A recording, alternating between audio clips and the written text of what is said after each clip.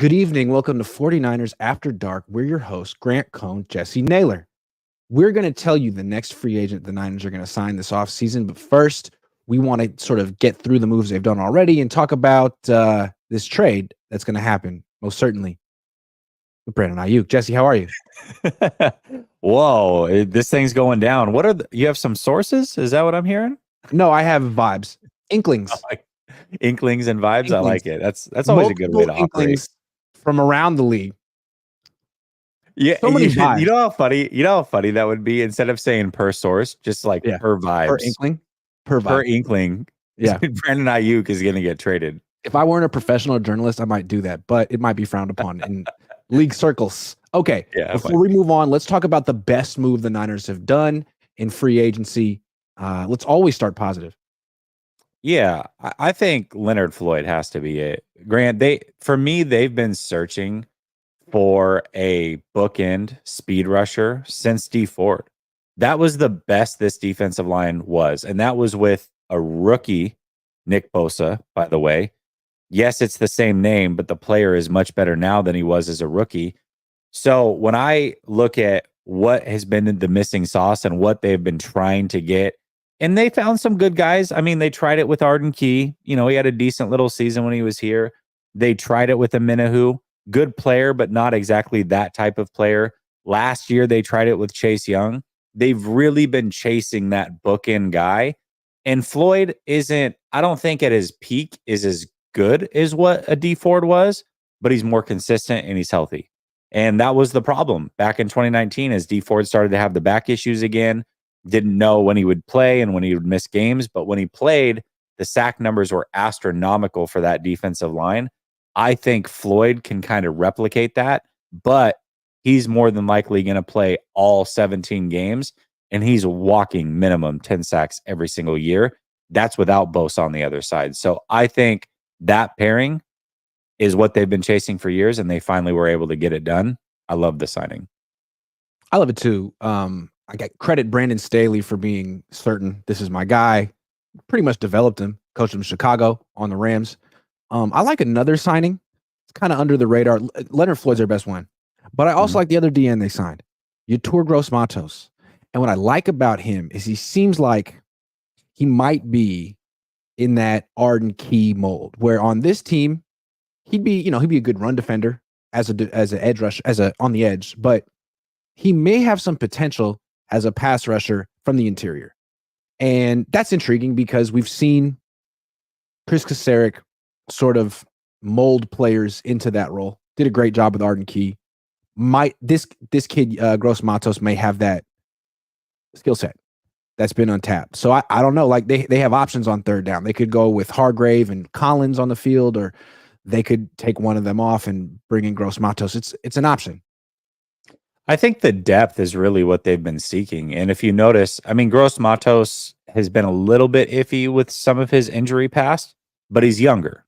And not Arden Key, Floyd, who's a little bit older, he's been healthy. But basically, if you look at the guys that they've all brought in, they're either much younger than what has been here, or they're a lot healthier. And between all of that, they should have great depth. And this defensive line is always at its best when it has rotational good pieces that they can rely on across the board. And that seems to be what they're chasing. When you were talking about Gross-Matos, I think kind of a Amenahu, bigger body guy. You can move him inside, can get to the quarterback from the interior. He played in a 3-4 last year as an end in a 3-4, so he's versatile as well. I also wonder like what Staley brings. Is he going to bring a little bit of a 3-4? Would they allow him to mix that in with Leonard Floyd maybe standing up on some of the passing downs? I'm curious to see how they implement things on the defense. Yeah, it seems like they did add a bunch of guys who have experience in a 5-man front. One more guy I like that they signed, Josh Dobbs. Yeah, it's a great signing. I like Josh Dobbs. I mean, 1 year, $2+ million. Like, that's really nice considering Jimmy Garoppolo's making double that and Sam Darnold's making like 4 times that. I liked Dobbs better than both of those guys. I like Dobbs. I was impressed when he played against the Niners last year. He was really good against the Cowboys. I mean, he's not a starting quarterback. He's a backup. but I think he's a hell of a backup that the Niners could win with for a month or two if they had to. He's extremely prepared. He's decisive. He knows where to go with the football. He doesn't hold it a million years. And when he has to run, he runs well. I like him. You know what I like most about Josh Dobbs? What? Is that he's not Zach Wilson. True.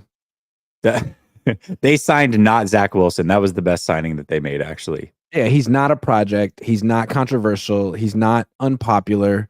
He's a good, solid backup that I think the Niners could win with. And I think he gives them a little bit different element. Like he averages like 5.5 yards a carry. He is a dual threat quarterback. It'd be kind of interesting to see what Kyle Shanahan could do with him for a month if he had to. It might be kind of cool. I think that he kind of fit. He's not the same exact player as Purdy, but he's kind of like Purdy light in the sense that for the most part, if he only has to play a few games, he's probably going to take care of the football.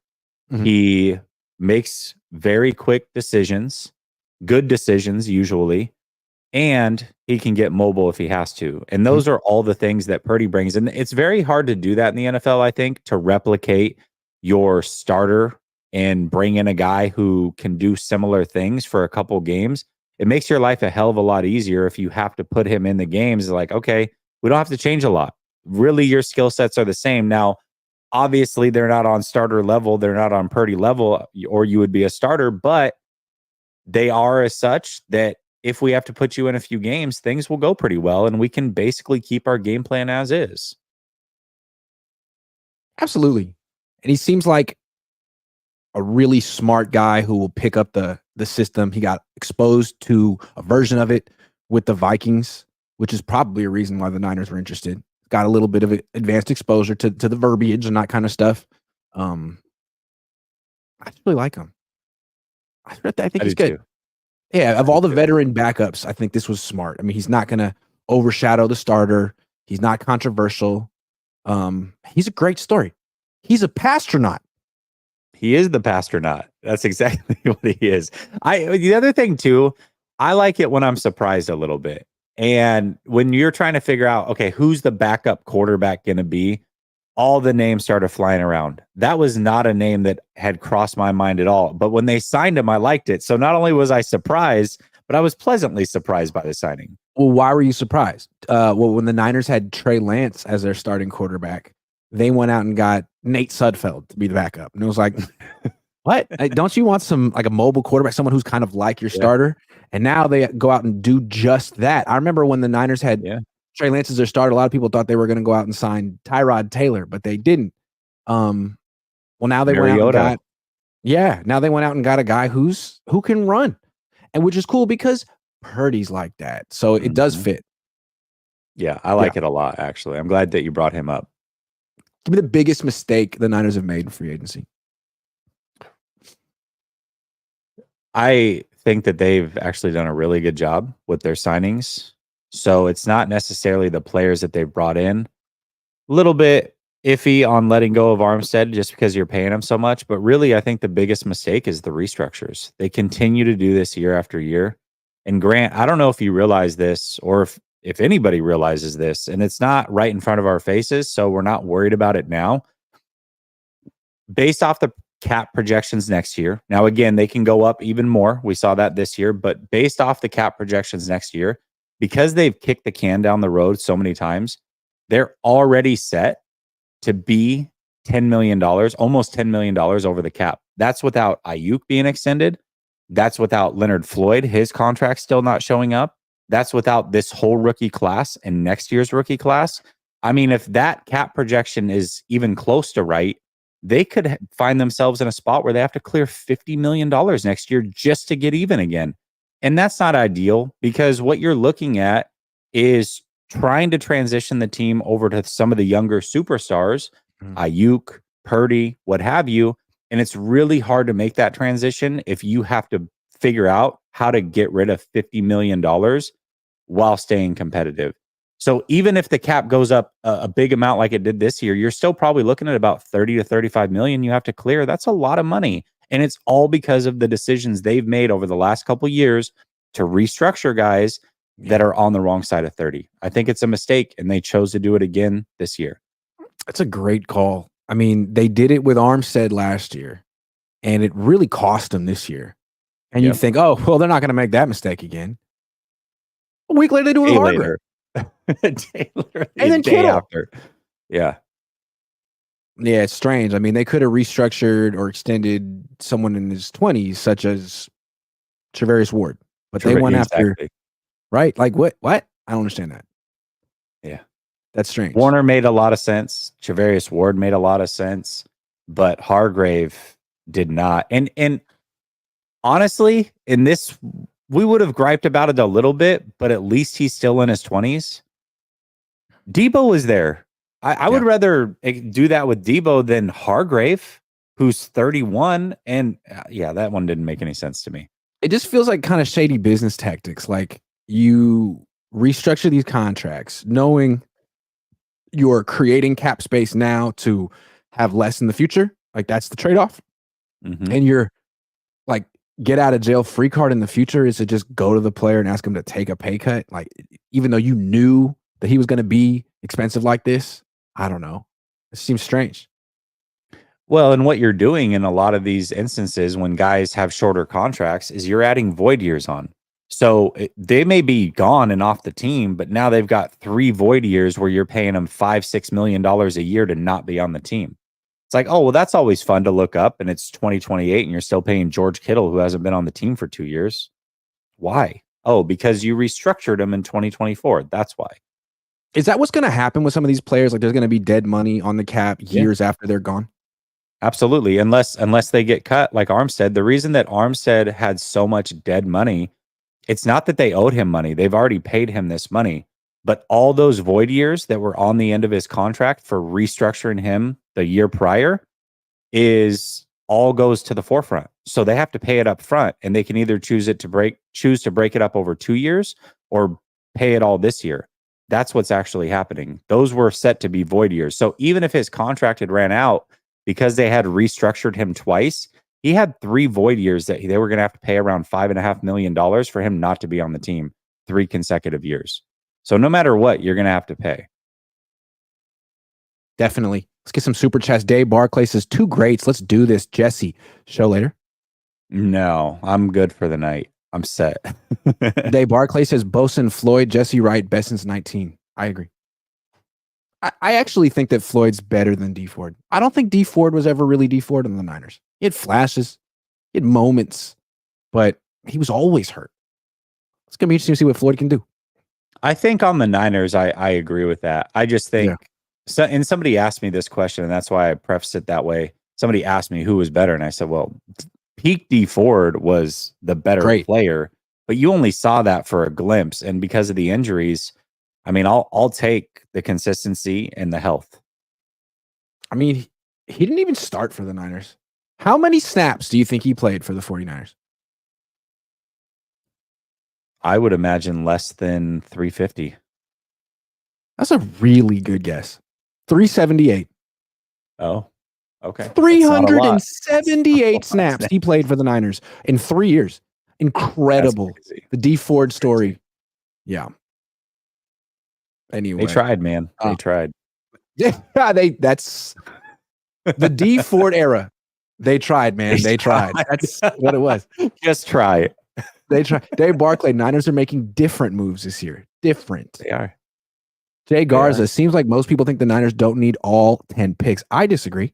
Need all 10 to get younger and refill the depth on O-line, D-line. You guys are great. Thanks, Jay. Here's a question for you based off of this one. And I know this isn't on the docket, but a lot of people are clamoring to maybe trade the first round pick or your second round pick and go get a player that's in the league that's already good. I kind of tend to agree with Garza, and I think they should make those picks. I think this draft and next year's draft are crucial. We just talked about them being potentially upwards of $50 million over the cap to start the year next year. I mean, that means you need to get young guys to at least be your depth over the next few years while you're trying to figure this out. You don't do that by trading a bunch of picks for an existing player in the league. I think they do need to make most of these picks. Good call. Jewish guy says, I said the same thing when you and Coach reacted live, and you pooped on it, Grant. Way to pivot. What are we talking about? On what? Dobbs? I don't know. I don't know. Dave Barkley says, diehard Niner fan and hoping Deebo gets traded. He won't. Plumbing God 42 says, feels like the Niners are the worst at recycling their roster, extending old players and not giving young guys a chance, wasting draft picks the past 4 years. Drafting Jake Moody seems like a clerical error. That's the new thing, isn't it? Clerical errors? That's pretty funny. Jay Garza, Cam Latu, another clerical error in the 3rd round. That's going to be a funny joke for a long time. Okay, Jesse, let's go pros and cons of the Niners potentially trading Brandon Aiyuk. So why don't we start with the pros? Okay. This is the harder side for me because I really don't want them to trade Brandon Let's start with the cons. Let's start with the cons. No. Let's start with the pros. Pros. I'll have more to say on the cons, but all right. Pro wise. Okay. So we could talk about the salary cap for next year and how much he's going to account for that. We just talked about if you want to clear up a big chunk next year, I would say not having $26 million ish on the books for Brandon Aiyuk is a quick way to do that. Mm-hmm. And the hope would be that if they were to trade him for, let's say, a 1st round pick, that you would not necessarily draft a receiver, but you would beef up your offensive line and try to surround Purdy with protection going forward. So I think providing Purdy with protection, also clearing some major cap space next year, those are probably the biggest pluses to moving on from Brandon Aiyuk. Lastly, if he's just simply not happy here and doesn't want to be here, which I don't know if that's necessarily the case. I think that they're trying to go at things strategically and he's trying to gain any leverage that he can get here because he doesn't have much, frankly. I think that just getting somebody who's not happy off the books is a smart thing to do as well. Yeah. And they can say, he's worth whatever on the free agent market. And they can say that if they give him a lot of money, it was worth it. But if you're not going to give him the targets that a receiver making $7 million a year sort of demands, then what's the point? I mean, you can say that it was a good signing and you can say you didn't overpay and you can say it was a smart move and you kept a guy that you developed. But if you're really not going to, he got 100 targets last year. Puka Nacua had 160. Yeah. If you're not going to use him like that, then what are you really paying for? Because you're embarrassed to let him go. I mean, I know it's hard. You developed him, but it's like, if this is the offense you want, if you want to run the ball, if you want it to be all about Christian McCaffrey, you want to throw to your X receiver 5-6 times a game, then maybe you don't need to be spending $27 million a year in that position. It would really suck if they gave him a ton of money, to your point, and used him in crunch games like they do George Kittle, which is not at all. Right. That would be a shame. Yep. Also, if he doesn't want to be on this team, how many players do you want on your team that don't want to be here? You already went through that with Deebo. If he doesn't want to be here, the culture of the team is players who love football and want to be here. So you're not going to give him the ball enough to satisfy his contract and his ego. He'd rather go somewhere else. You could get a lot for him. Now, you don't trade him for a pick and then whiff. If you spend it on the next, obviously it's important what you take there, but if you get a really good player in a rookie deal, that's a great trade. I think that's the biggest thing is, to me, you can't take wide receiver there. Right. Because think about it this way, Grant. Right. Let's say they traded Brandon Aiyuk for the 22nd pick and they drafted an offensive lineman, and then at 31 they drafted the receiver. That makes sense. Even though they're still drafting a receiver with one of their first picks, that receiver and Brandon Aiyuk are naturally not tied together the way that Kinlaw and Buckner were, because that pick went to the offensive lineman. So if that wide receiver busts, as long as that offensive lineman is good, we'll always look at it as a decent trade, and it was the right move. If the 49ers had drafted Tristan Wirfs, the Buckner thing would not be discussed at all. At all. It would actually be considered a good trade for the Niners. Yes. A great trade. Great trade. That's the thing about these things. It's not that you can't trade Aiyuk. or you can't trade Buckner. You just have to really get it right. And to your point, like if you're only going to take a wide receiver with that pick, that really limits you. You just have to get a really good player. Now, when the Bills traded for Stephon Diggs, the Vikings used that pick to draft a wide receiver and they got Justin Jefferson. So if the player that's great, it happens to be a wide receiver, even better, but don't force it. I agree.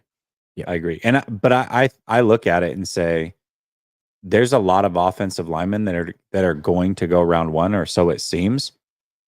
You're not in there's no guarantee you're going to get one of the guys who's worth a first round pick at 31. You would at say 22. So that's another benefit.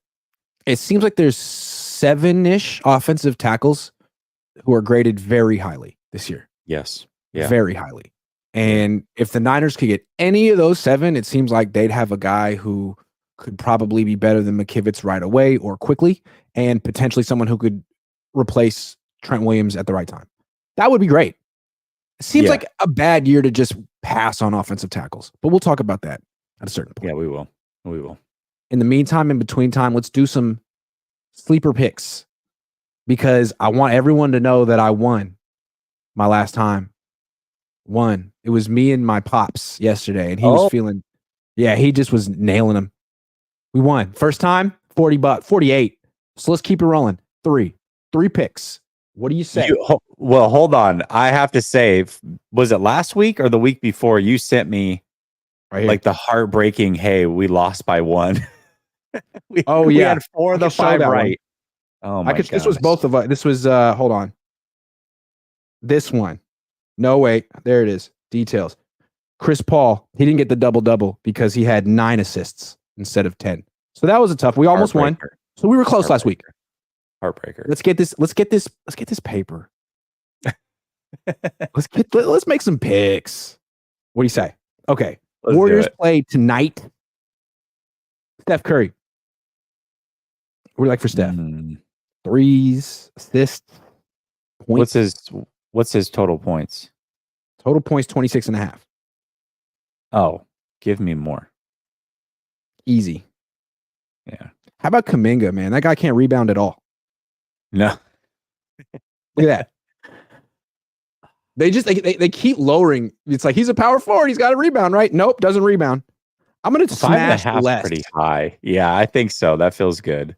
I'm gonna smash the less. Okay, Klay Thompson on the threes is one I like. 3.5. What do you think?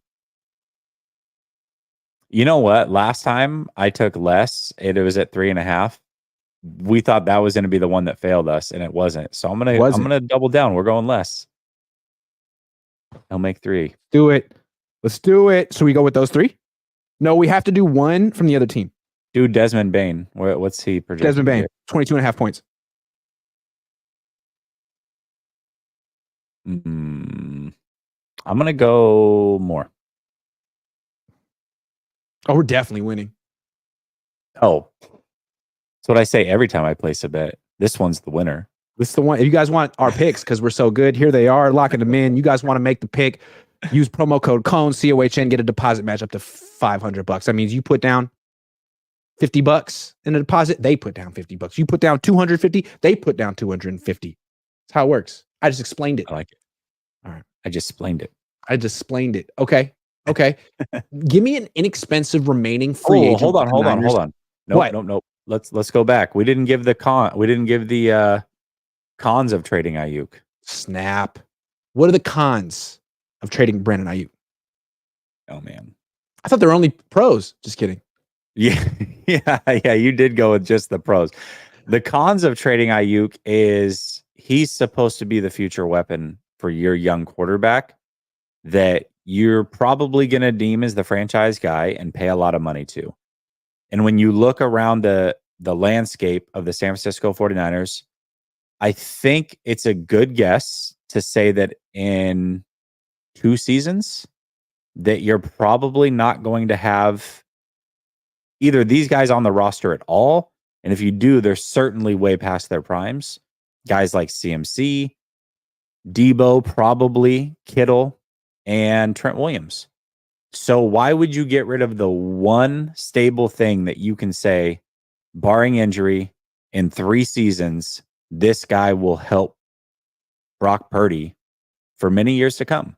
And also, when you look at paying guys, see, the 49ers made an interesting decision in paying Deebo off of the best year of his career, a year that pretty much everybody knew could not be duplicated.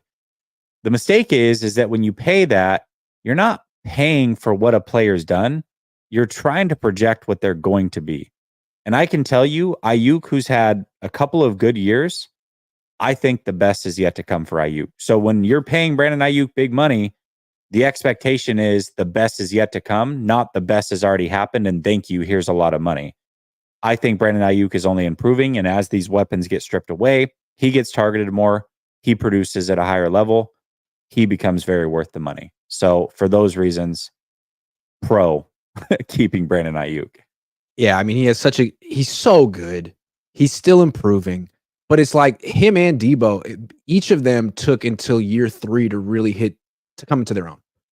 Before, I mean, Deebo was good. I mean, both Deebo and Aiyuk showed flashes their first 2 years, but it took them 3 seasons to be dominant, dependable wide receivers for the 49ers, because it seems like there's so much that goes into learning the offense. It's just a ton for all the positions, especially wide receiver, because you have to learn all of them. Anyway, so you trade him, you bring in another guy. He might be as talented as Aiyuk, more talented than Aiyuk, but how long is it going to take him to learn the offense and to be someone that Kyle Shanahan trusts?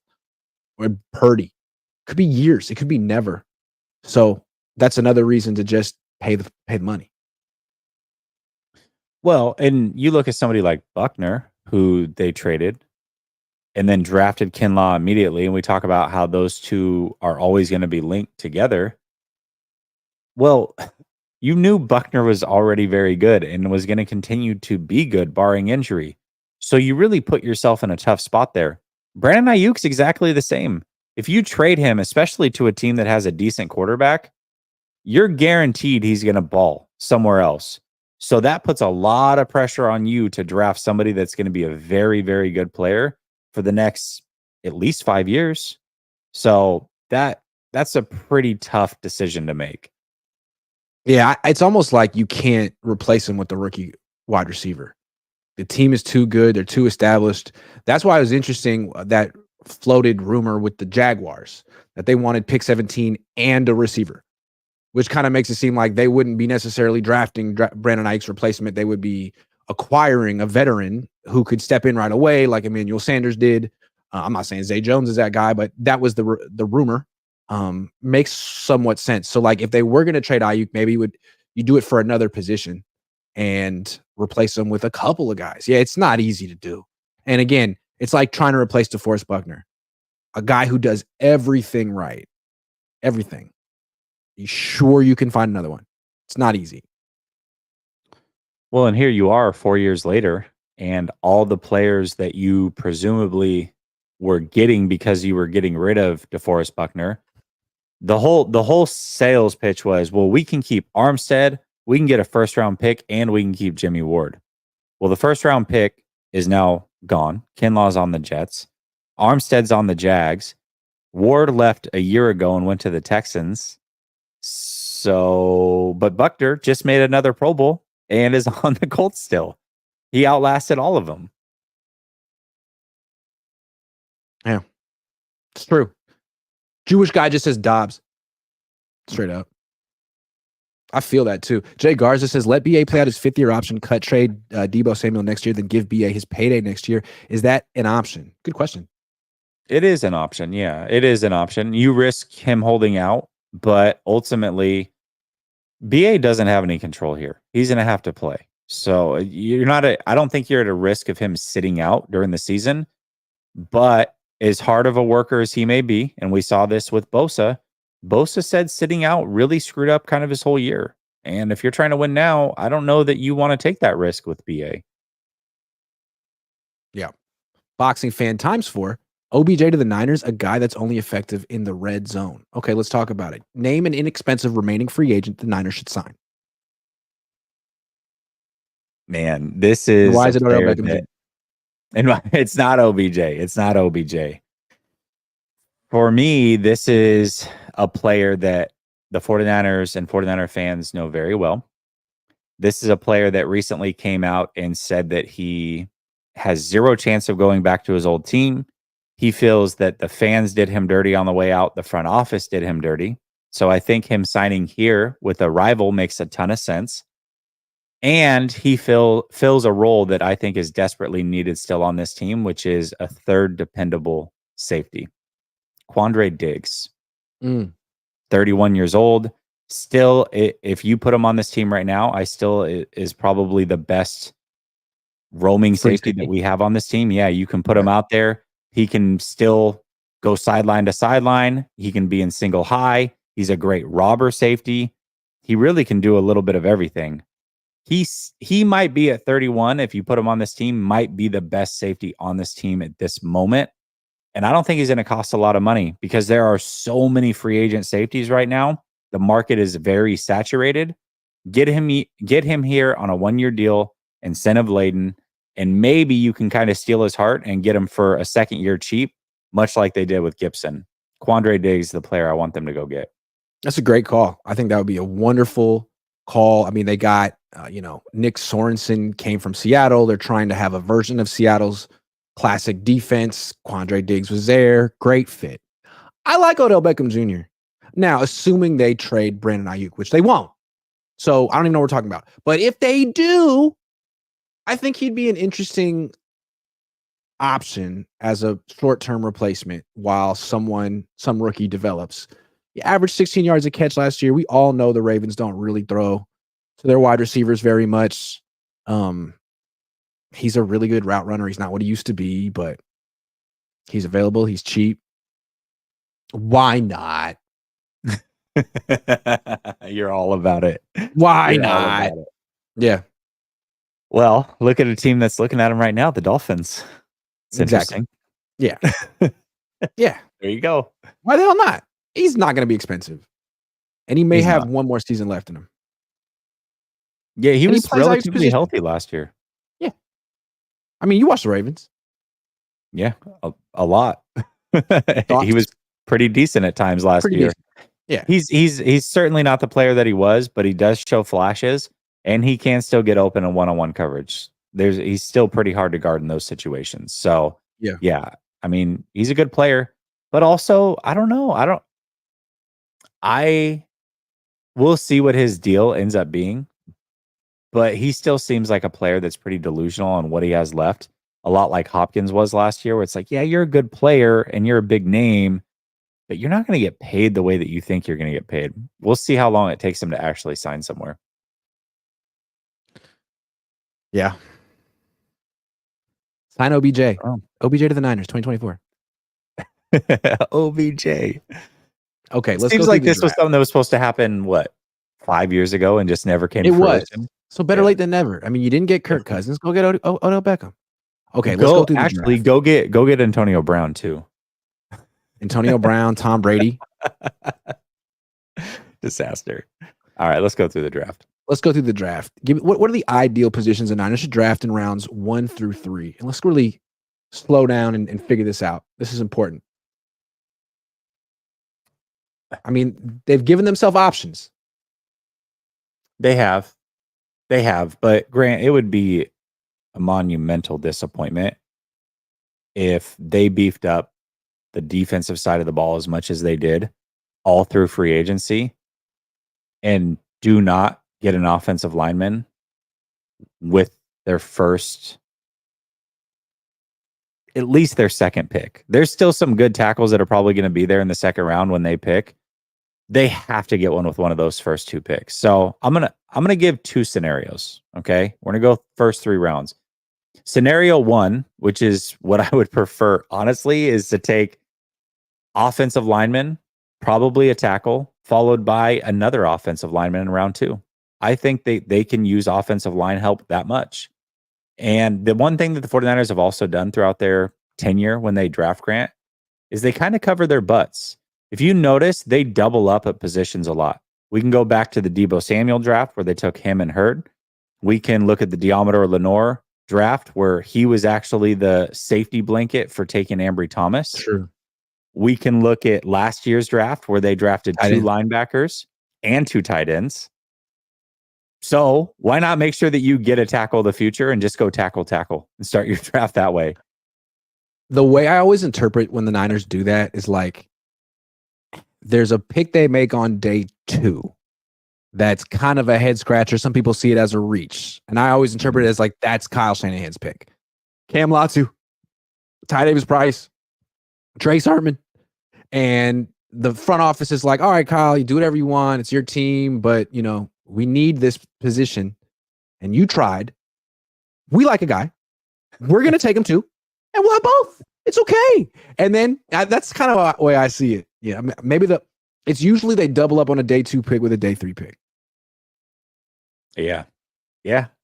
So maybe just do that with tackle. Yeah. They might be a way they to can go. take an offensive tackle in round 2 or round 3, and then they take it again in round 6, and the guy in round 6 on to being better. Of course. What's interesting though is a lot of these tackles at the end of the first round are projecting to be potential guards in the NFL. So the way that I see that is you take a guy at a tackle like Morgan. A lot of people. Yeah, he's got short arms. Yeah. Yeah. I think he's the most polished tackle actually in the draft as far as after like maybe the first 2 or 3 guys, but he might project to be a guard. So if you draft him, then follow up with a true tackle. And at the very least, you've got a guard and a tackle out of it. Maybe you get 2 tackles out of it. I'm fine with that as well. So him, I think, who's the other one? What is it? Barch, is that his name? I think he projects to be a guard, also has short arms. So yeah, I think a lot of these guys towards the end of the first round are projecting to be guards in the NFL. But the guys that are slotted to go the end of round 2, they're slotted to be true tackles. They're like 6'5", long arms, 330 pounds. They're big bodies. They're going to be pure tackles. So take both. And then in round 3, I think there's so much cornerback depth. That's where you go get a corner. There's a lot of good corners that are going to go in round 3, in my opinion. I would go corner round 3. So that would be my ideal draft. Let me give you an alternative if they don't go tackle round 1. I would say go safety round 1, followed by tackle, and then corner. I'd be good with that as well. So, yeah, they could even take a corner in round 1.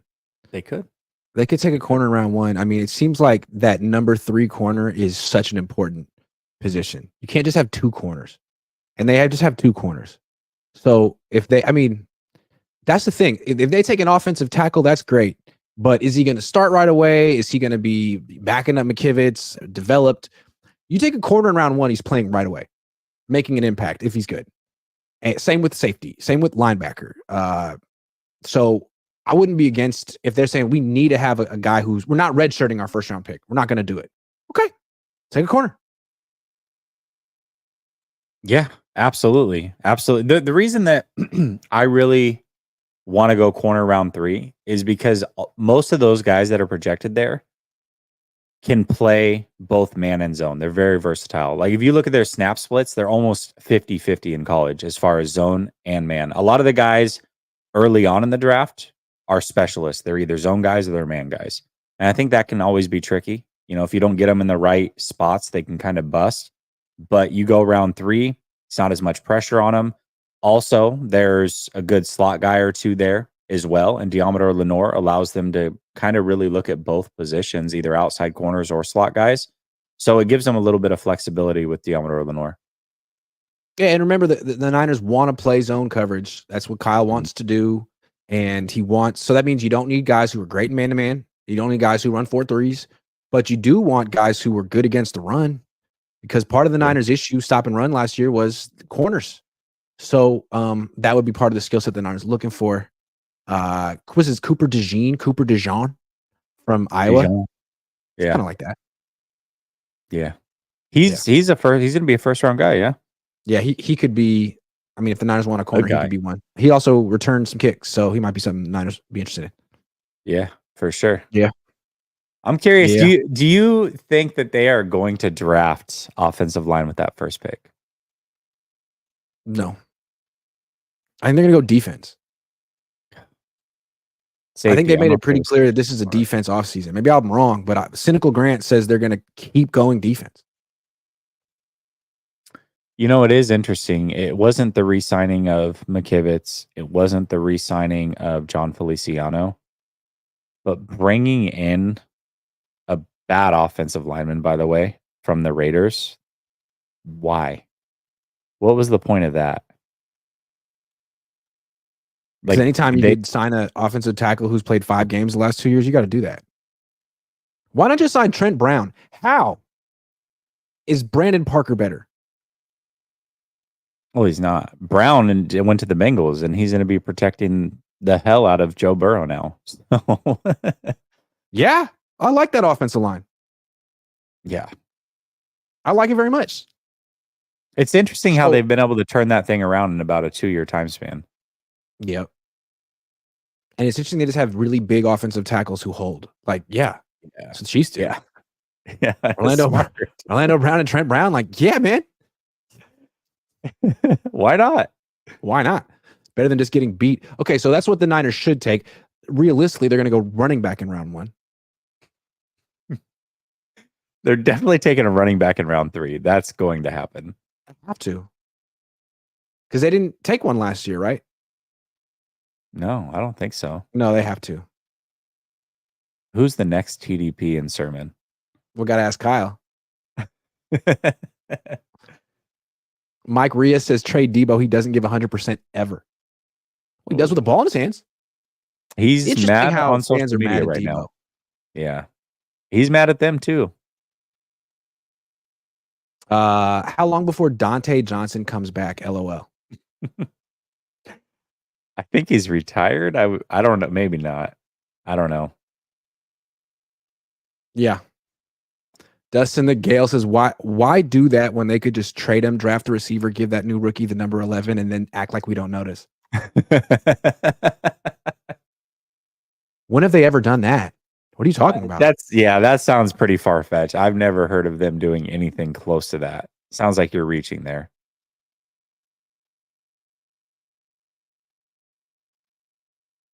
Juan Ramirez says BA doesn't see a double team because of all the weapons around him. Would he still be as productive as a number 1? I mean, but then the flip side is the targets. And you give him another 50 targets, you don't think he'll be as productive? If you send him to Pittsburgh and it was him and George Pickens, that'd be one of the best duos in the league, if not the best. So yeah, I mean, we're talking minimum 3 extra targets a game if he was a true number 1. Minimum, maybe up to 5. That's a lot, man. That's a lot of targets. Smack Jones, O-line, linebacker, O-line, DB, D-line, D-line, kicker, running back, wide receiver. Thank you, Smack. Perfect. Mindful Naked says, I was done with this Shanahan era after the quarterback debacle, but the Cohn tree keeps me coming back. Cusp for 6. They're on the cusp. You misspelled Shanahan, though. Was that a clerical error? Clerical error, I like this. Smack Jones says, Grant, I need to see you in a scarlet and gold blazer. I tried to get a scarlet blazer and they told me that's a winter or like fall color and that it's spring now. And they didn't have it. And they looked at me like I was an idiot. You should have owned it and been like, Earth tones, they say your recommendation is. Honestly, they're like, have you tried Goodwill? I was like, what? No, but I will. Aiyuk for Patrick Surtain. I don't think they would do it in 100 years. So we'd have to give them something else. I don't think that's a straight up trade they would take. Dave Barclay. You guys should come to Montana. Good weather now. I'm there. I'm there right now in my mind. Yeah. Say less. Fish and Chips says we all know Shanahan picks no players, all Staley.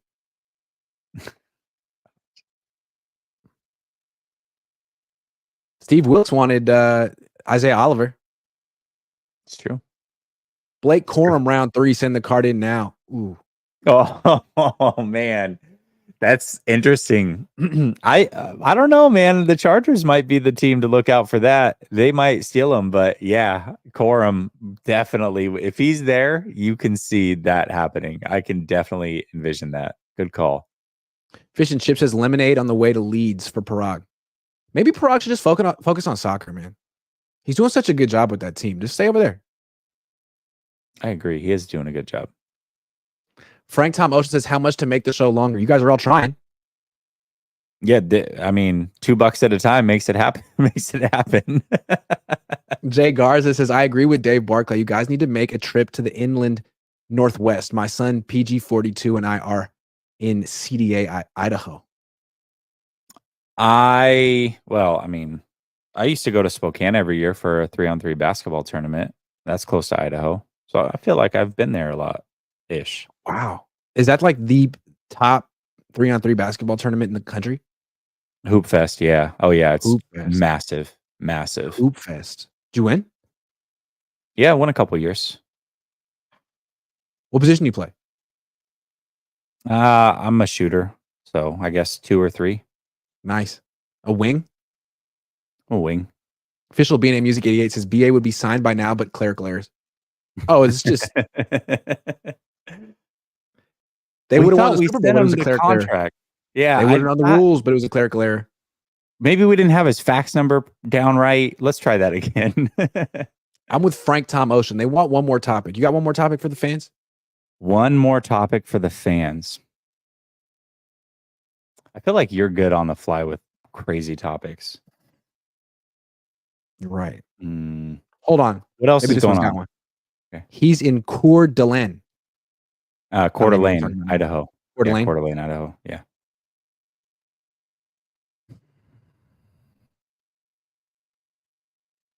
We can talk about Deebo and his social media escapades. Yeah. What's he talking about? He's pretty pissed at everybody right now. Deebo, he blocked me. Tell me. Yeah, he blocked you. He blocked Chase Sr. today, I guess. Oh! Yeah. So you're not the only one. Oh, man. He said that he doesn't understand why athletes can't just live their life when football season's over without hearing from fans. And yeah, he's pretty frustrated with all the fake rumors that are going on. Feedback? Fake rumors. Fake rumors. Yeah. Oh, fake rumors. Oh. So I don't know. Where? On Twitter? I guess. I don't know. I don't know what that means. You know what he could do? Not go on social media? Yeah. That's probably a good start. What did you think was going to be on Twitter when you opened it? Have you seen that app recently? What were you expecting? I hear it from everybody on Twitter. I can't imagine what your inbox looks like. If mine looks like that, yours has to be a disaster. I would probably just not be in there. I love when people come out every once in a while and lament the fact that people aren't nice enough on Twitter. Like, yeah. People are lacking integrity on that app. It's crazy. It's the craziest thing. Yeah. I will say that the way you handle Twitter is probably about the perfect way to do it. I think you rarely respond. And when you do, a lot of times it's a tweet and you say something like, thank you, appreciate it. And they're saying the most visceral, hateful thing. You're like, thank you, I appreciate it. You have a good day. Mm-hmm. I just feel like Twitter is for people who want to interact with you, but they go about it in this really weird way. It's like, let me piss this guy off and see if he'll reply. Like, you could have just said hi. Yeah, that would have worked too. If you would have just, hey man, I really like your stuff. You're nice or whatever. That would have worked pretty good. That's what I think is like when people say mean stuff to you on Twitter, what they really want is you to respond. So for sure. Best thing to do is don't get upset because that's what they want. So just either respond with a smile or don't. Yeah. You know what I've learned to do on Twitter that is helpful? Deebo, I recommend doing this. It doesn't matter what I tweet. If I tweet something out, I immediately mute it so I don't see the notifications. So to me, it doesn't even exist. I have no idea for the most part what people are saying. So that's the best way to handle it. Just don't read it because chances are it's not going to be good. Yeah.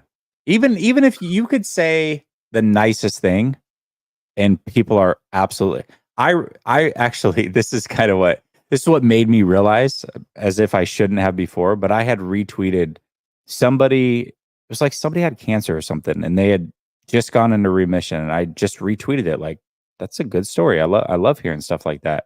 And somebody immediately was in the comment section like, yeah, this is probably a hoax. They probably didn't even have cancer. And now you're helping them make money for it. I was like, Whoa, really? Off of a retweet? That's Yeah. crazy. But actually, like, I'm not surprised at all. Like, that's par for the course. Really, if you think about it, at all.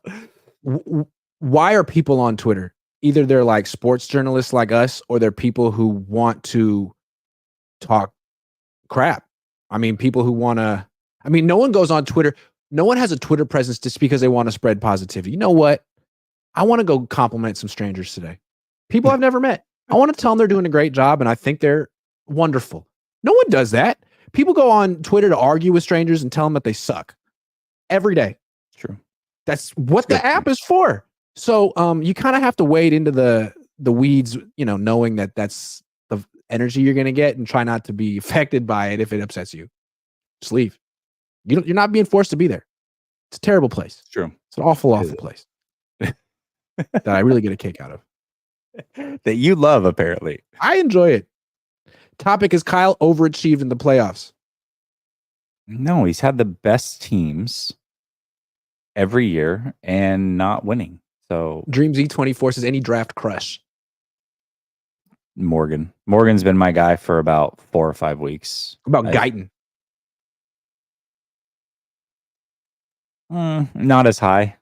I wouldn't hate it, but not as high on him. Adrian Mora can't. Huh?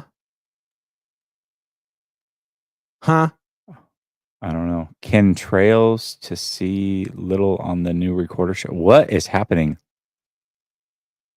What? Was that a speech to text error? I feel like that was a speech to text error. Sorry.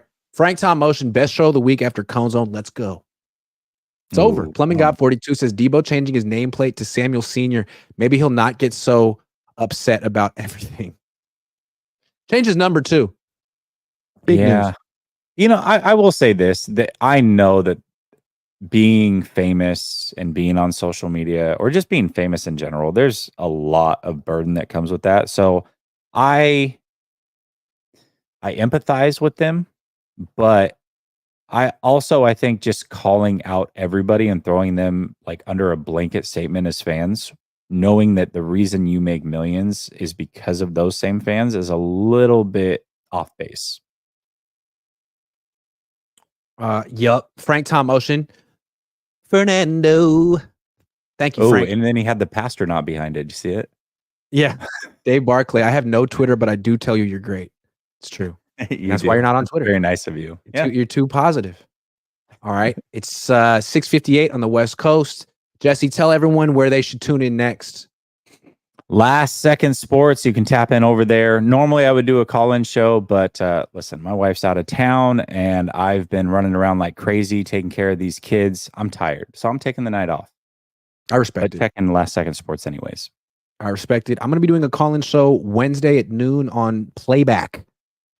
Playback. On Playback. You've done Playback. I have done Playback. If they bring back watching football games, I'm back on Playback immediately. Yup. So Wednesday at noon, playback.tv/The Cohn Zone. Check it out. Wait, next Wednesday?